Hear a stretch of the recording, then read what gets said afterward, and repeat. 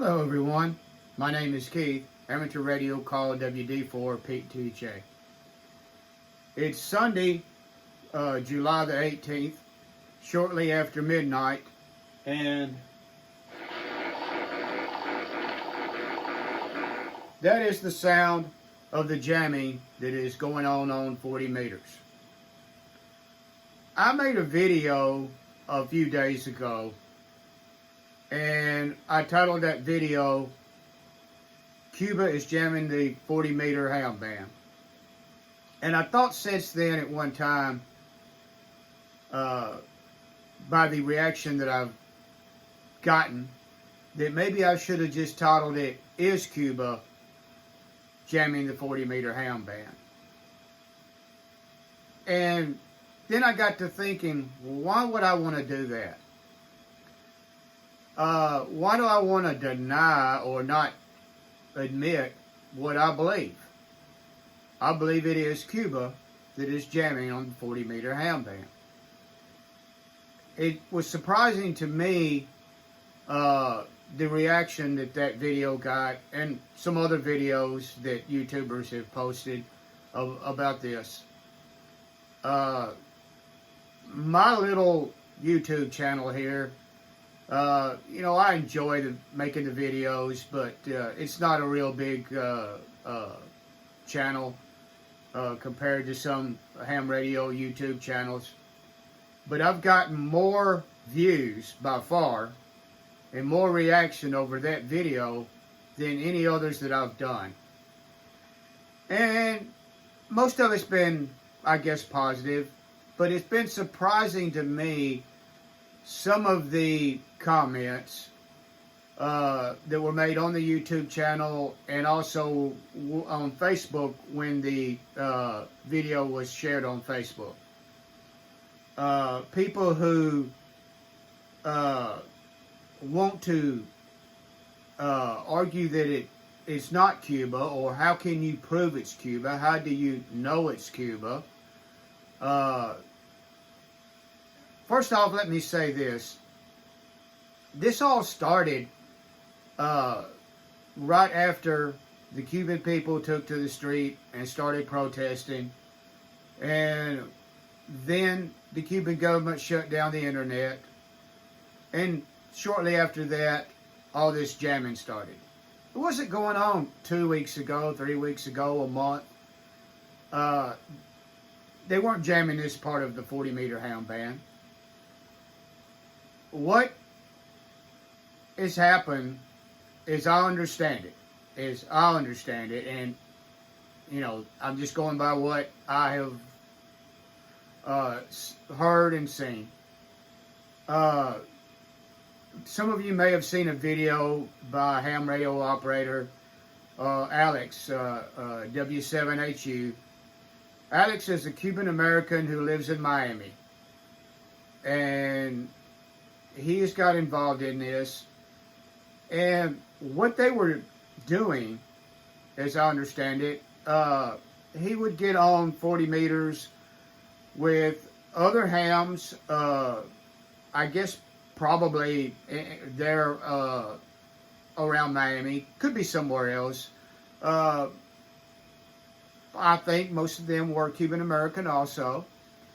And they would discuss what was going on in Cuba as far as the protests.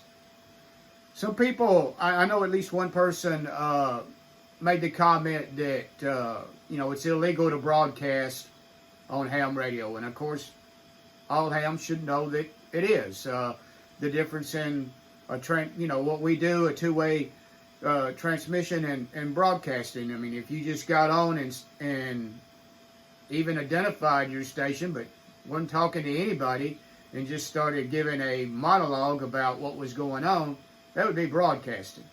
That's not what he's doing. He's talking to other hams here in the U.S. about this, and they're doing it also allowing ham radio operators in Cuba to hear that, and perhaps even when they give them a chance to join the conversation. But even if they don't join the conversation. Maybe they're afraid the government will hear it. They're able to hear what Alex and the other hams are talking about. Because what happens in a situation like this, and I hate to try to make this a political thing, but what happens is that when something like this starts, the government there in Cuba or anywhere else that something like this would be going on, doesn't want the citizens who are revolting against that government to be able to know what's going on in other parts of the country. Ham radio operators that maybe aren't in Havana may not know about the protests that are going on in Havana, or may not know that they're still going on. And so there's, in a sense, we're giving them news about what was going on. They're doing it perfectly legal, even if they're speaking Spanish. By OCC rules, if they identify every 10 minutes in English, that's perfectly legal. So that's what they were doing. Now, the question comes up a lot from people that, the naysayers, why 40 meters? Why is the Cuban government only jamming 40 meters? Why aren't the Cuban hams using other bands? This is the way Alex explained it. And you can find the YouTube videos where he's explained this, his own videos, and he's been a guest on some other ones, people's YouTube channels. A lot of the hams in Cuba build their own equipment.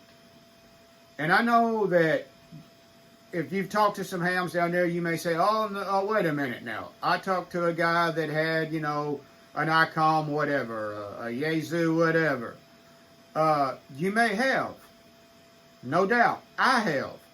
But a lot of the hams down there, those are probably the minority. A lot of the hams down there, they don't have the resources, and they build their own equipment. They build their own radios. There's a ham down there that makes kits that some of them purchase from him and build their own radios. And they're usually single band radios. They're only, 40 meter radios. I guess it's less expensive. That's a popular band for them. And Alex also explained that that's the perfect band from where he is, I guess, to try to communicate with Cuba from early morning up until the night. Some people have said, well, why don't they get on VHF? Why don't they get on UHF? And said, Cuba's only 90 miles from the U.S. Cuba's 90 miles from Key West. The distance from Cuba to Miami, where Alex and some of these other hams were, is over 200 miles. And it's not impossible by VHF or UHF, but it's not practical on a dependable basis. So that's why they're on 40 meters. I don't really know why they don't move up further in the band. I don't know much about the allocations on the 40 meter band in Cuba. I don't know if it goes up above 7200. I don't know. Perhaps these simple radios they build, or single band radios they build, maybe they don't go up above 7200. I don't know why they wouldn't, but maybe that's the case. I don't know. But that's why they are on 40 meters. And as I understand it, it seems like the Cuban government must monitor the 40 meter band. And when they hear either Alex or some of the hams in Cuba, they move to that frequency to jam that frequency. And that's why you see, if you had a waterfall, I don't have one with my old Kenwood, but that's why you will see this jamming on different frequencies. Or if you turn up and down the band, you will hear it on different frequencies. They're moving around to jam whatever frequency they find the Cuban hams and the hams here in the U.S. trying to communicate with them using. So you'll see them move around sometimes. You'll see and you'll see them jamming in more than one frequency. So that's why, as I understand it, that they're on 40 meters.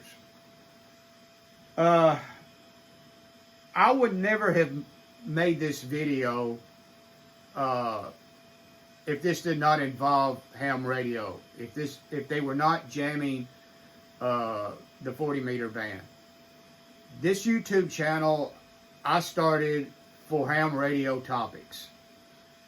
When I saw what was going on, heard about it, turned on my radio and actually heard the jamming, I thought, that's something to make a video about. Let hams that haven't heard about it yet hear it. I didn't know how long the jamming would go on. Maybe that night would be it. So I had, kind of documented it myself, and I knew others had, so people could hear it. Of course, it's still going on now. But if this had not involved ham radio, if the Cubans weren't using ham radio to try to talk back here, and if the Cuban government had not started jamming the 40 meter band, I wouldn't have made a video about this. Yes, I would have had my own opinions about it, but it wouldn't have been a video that I would have made for this channel. And a lot of people are, bring up, we need to keep politics out of ham radio. I understand that, but also, this does involve ham radio. It involves the 40 meter band. And even if you could care less about what's happening with the Cuban people, looks like you would be kind of concerned about who or what is jamming the 40 meter band, that part of the 40 meter band, and would want to see something done about it. So some people just seem I don't know, like the topic shouldn't have been brought up to begin with. It's been a little bit of a surprise to me. But that's what I have found out. You can look around and back to another part about how do I know? Because people keep going, you give no proof. How do you know it's the Cuban government? I've seen a video where a ham radio operator, a YouTuber, I believe it was on the guy that does ham radio crash course. I could be wrong, but I think it was him. Got on the internet. If you're familiar with the software-defined radio, that you can go on the internet and find different stations and places, and you can hear what they hear at that station. And he used some stations in the U.S. and some in South America, and triangulated, was able, on this website, by putting in the frequency that was being jammed, where the signal was coming from to all of those stations. And it would show there on the map where it was coming from. And it was coming from the vicinity of Cuba. So that's pretty good proof to me. And I understand that other people have done the same thing. I don't know who else anybody thinks is doing this. I've heard someone say, well, it could be the U.S. government doing it. I mean, really? I like a good conspiracy story like anybody else, but I just don't see that. I don't see a reason, and I don't see it that's happening. But anyway, that's what I have found up. I just wanted to follow up to that video, try to answer some questions that people keep on asking. Why 40 meters? That's one of the big questions right there. But that's pretty much the reason why, apparently, and that's what That's what Alex and them are doing, and how they are trying to communicate back to Cuba. Whether you support what they're doing or not, whatever you think of him, that's what's going on. I think you should be concerned as a ham that somebody is jamming the 40-meter band. And it's a large, it may not be the entire band, but it's a large segment of the band that they are jamming. And sometimes it's 20, 30 over here on my radio. So anyway, that's, I'll wrap it up with, I just wanted to follow up the other videos that I've made. I don't know that this one is going to get quite the circulation as the others, because I don't want to keep putting this on some Facebook pages, Facebook groups, because some of the administrators are getting tired of multiple posts about this, and they're afraid it's going to turn into, I guess, some kind of political argument, and I understand. So I don't know that this will answer some of the people's questions, some of the people who ask questions. I don't know that it will answer them directly, because they may not subscribe to this to my channel. But you know, to those that do, you know, maybe that's answered some questions. And as always, if you haven't subscribed to this channel and want to, feel free to subscribe to it and like this video. Until next time, 73.